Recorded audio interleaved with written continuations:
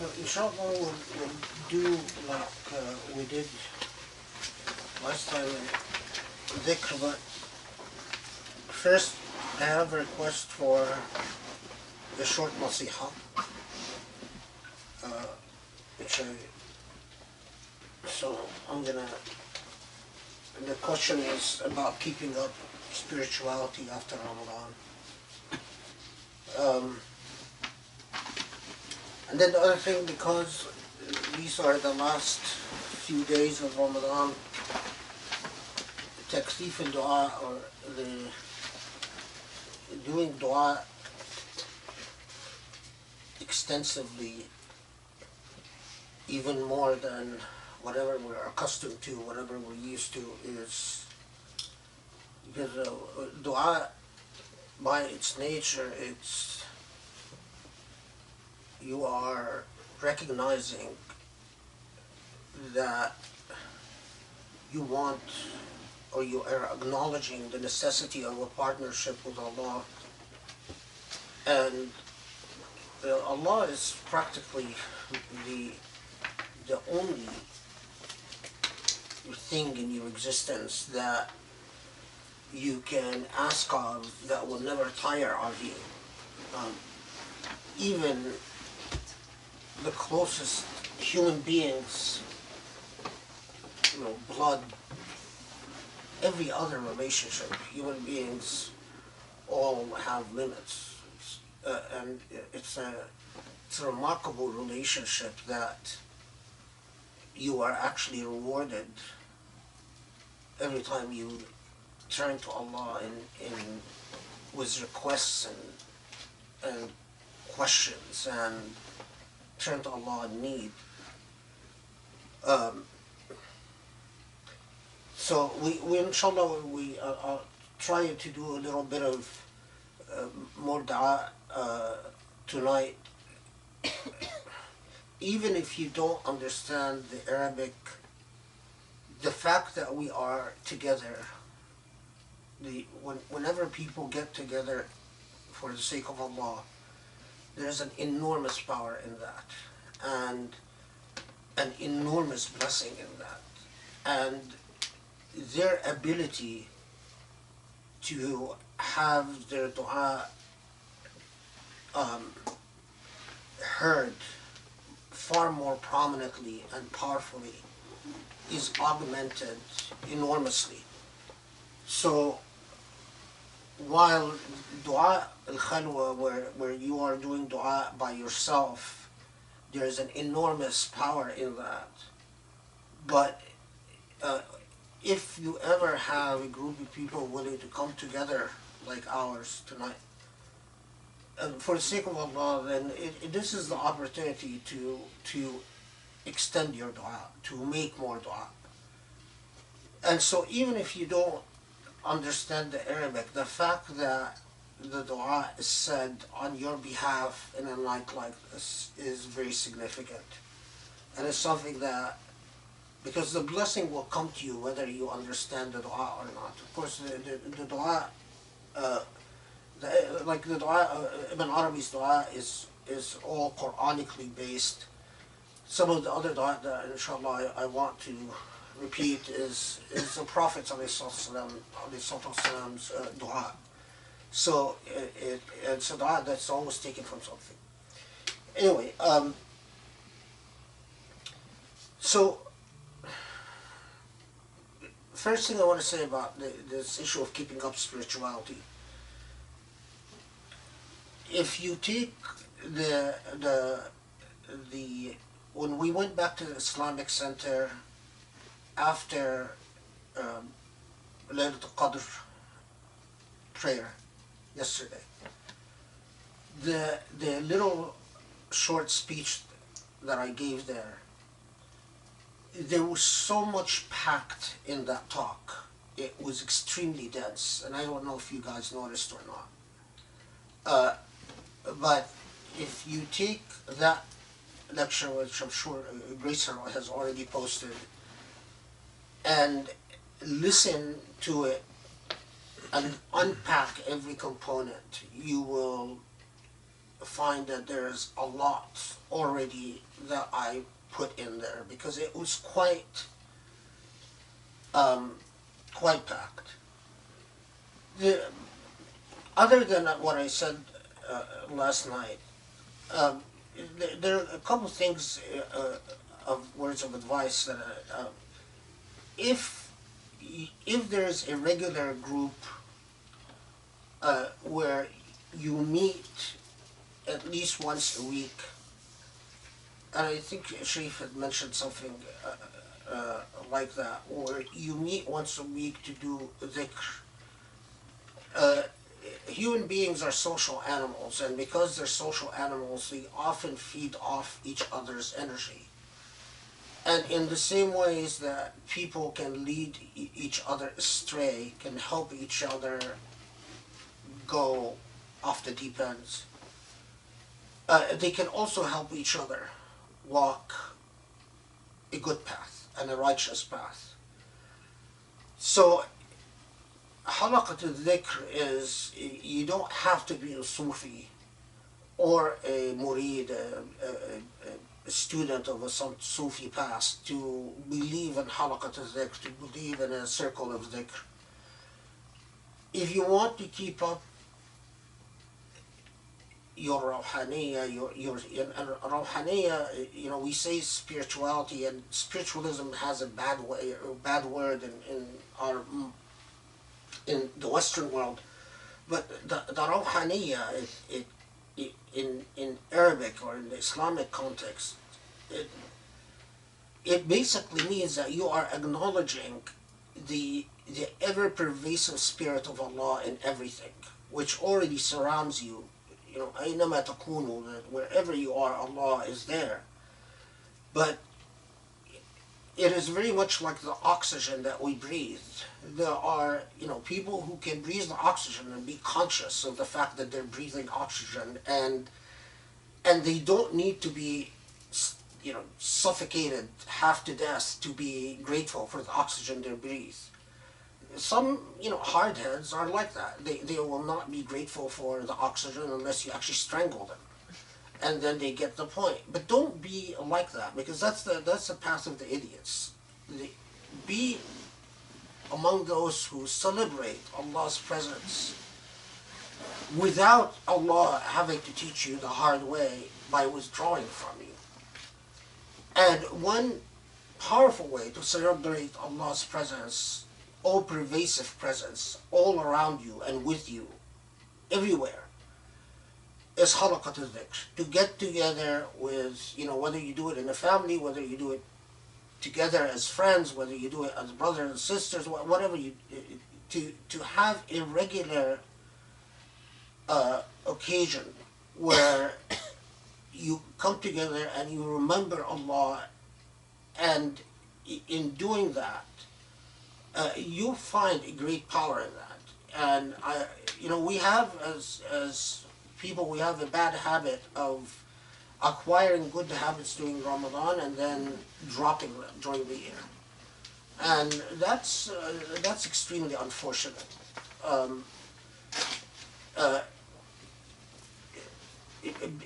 Because Ramadan is supposed to be like, moving you in various stages in your life to a higher level of consciousness and existence, rather than it giving you a boost and then you atrophy back again, and then you spend the rest of your life where you take 2 steps forward in Ramadan and then 2 steps backwards after Ramadan. Rather, your philosophy should be that you work hard all through the year, and then Ramadan comes where you ask Allah to carry you to another level of consciousness, another level of being, another level of understanding. So,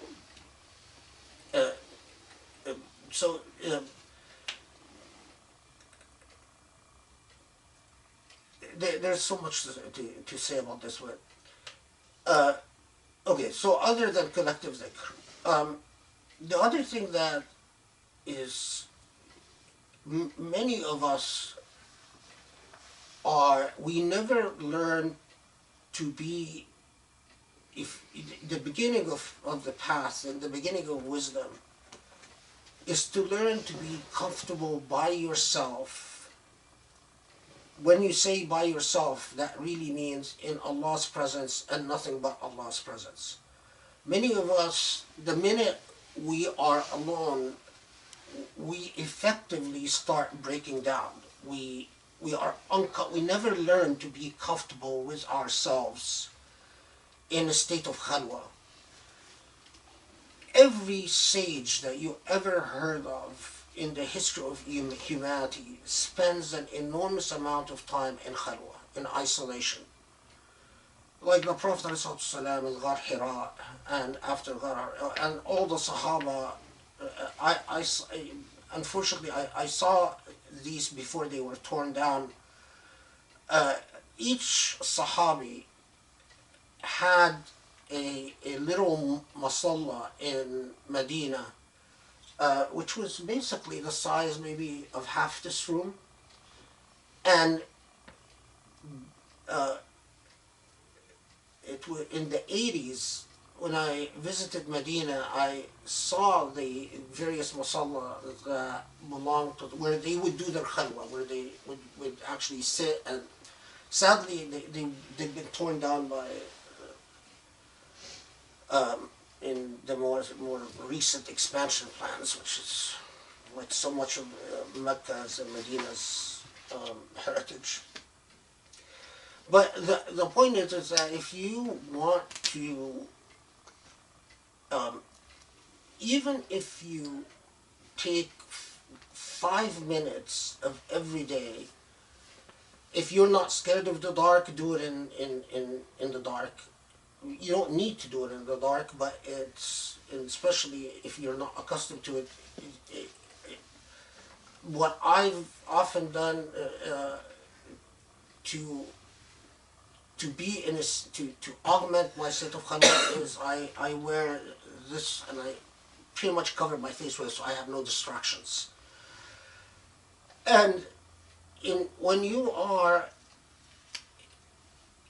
and during that time that you are in isolation, do it as much as, but regularity is far more than length of time. So it doesn't do much good if you do it for half an hour one day, but then you skip 2 weeks.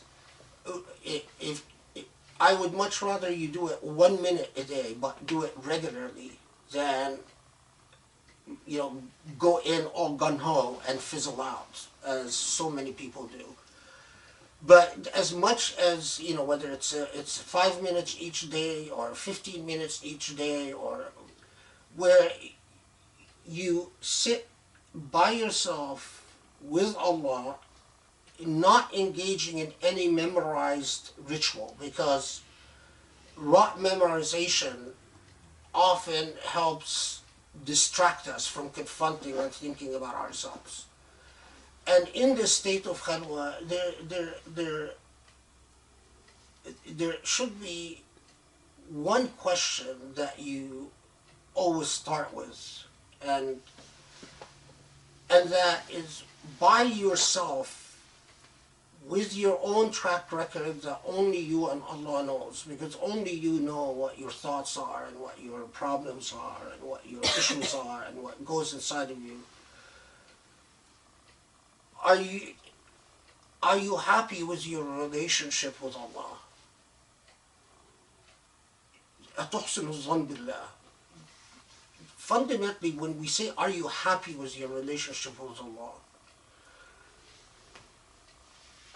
is where your consciousness is, where your state of being is. Do you think well of your Lord, or do you not think well of your Lord? Many of us, when we are being entirely honest with ourselves, we discover that we are often not sure whether we are very trustful of Allah, or whether we are bitter towards Allah, or whether we are angry towards Allah, or we have grievances, especially as the Prophet ﷺ says, the law, where you say, only if God would have given me this, or only if this or that happened in my life, or only if this or that did not happen in my life. And these build sediments of resentment and bitterness, and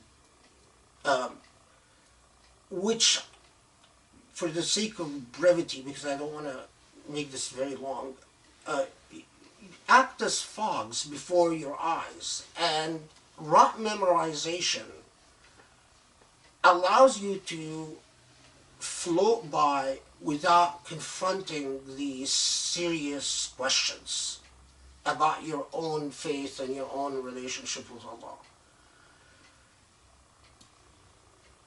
Remember that what Allah already knows what is in your heart. And so when you are sitting in your own khalwa, and you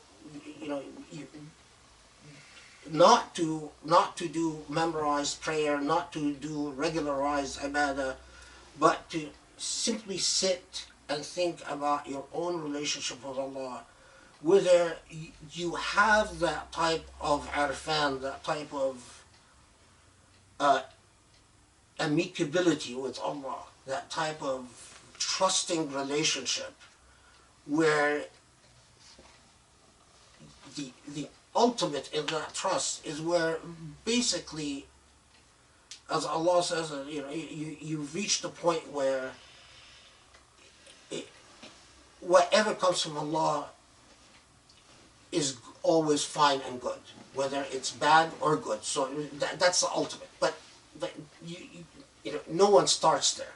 That's something you work up to, and it's hard to work up to that. But that's the ultimate goal, where you actually get to a point where your sense, your understanding of the reality of creation, and the reality of the truth of Allah's power and Allah's supremacy over the world, that when the fogs are lifted, you then understand that the only thing that really is the only cause of sorrow or happiness is whether the loving relationship you have with Allah is healthy or unhealthy. And so if your love towards Allah is unhealthy, then you're unhappy. And if your love towards Allah is healthy, then you are happy. But again, that's the goal. That's what you're shooting for. But that's not where you start with. But to get there, you have to make your effort consistent throughout the year. Just working hard during Ramadan is not going to get you there. To have regular dhikr, preferably in some form of jama'ah or another, in some collectivity, and to have a regular khalwa with yourself, where you reflect upon your understanding of the self in Allah's presence and only in Allah's presence. Of course, there are then things that are, there are, Muslims will often, when it comes to the Quran, and the Quran plays a very critical role in this, Muslims often emphasize quantity when it comes to the Quran over quality. I might have mentioned this before. There was a very famous Sufi woman called Fatima. She was Ibn Arabi's teacher, or one of the most prominent teachers, one of the most prominent influences on Ibn Arabi, from Murcia in the 7th century Hijrah, 13th AD, who got so much out of simply the Fatiha. I mean, all her ventures and journeys towards the divine, and all her teachings got out of just that one surah, the Fatiha, far more than any of us could have even imagined possible. So it is not the quantity. The point is not to race to finish the Quran X number of times a year. But the Quran should be a consistent presence in your life. And some of us, I mean, and it takes hard work, you know, we can recite the Quran in prayer, but quite often, you know, if you've been doing prayer all your life, then it's sort of a memory reflex, and you recite it, and you could even recite it while your brain is drifting somewhere else. If that is what happens to you, then get accustomed to reciting a certain portion of the Quran that you take time to truly reflect on, even if it is just the Fatiha in your khalwa every day. To read, so for instance, if you say Ihdina Sirat al-Mustaqim, I have a long tafsir on that, or a long commentary on the Fatiha. But what does it mean to you? How can you translate something as simple as Ihdina Sirat al-Mustaqim in your own existence?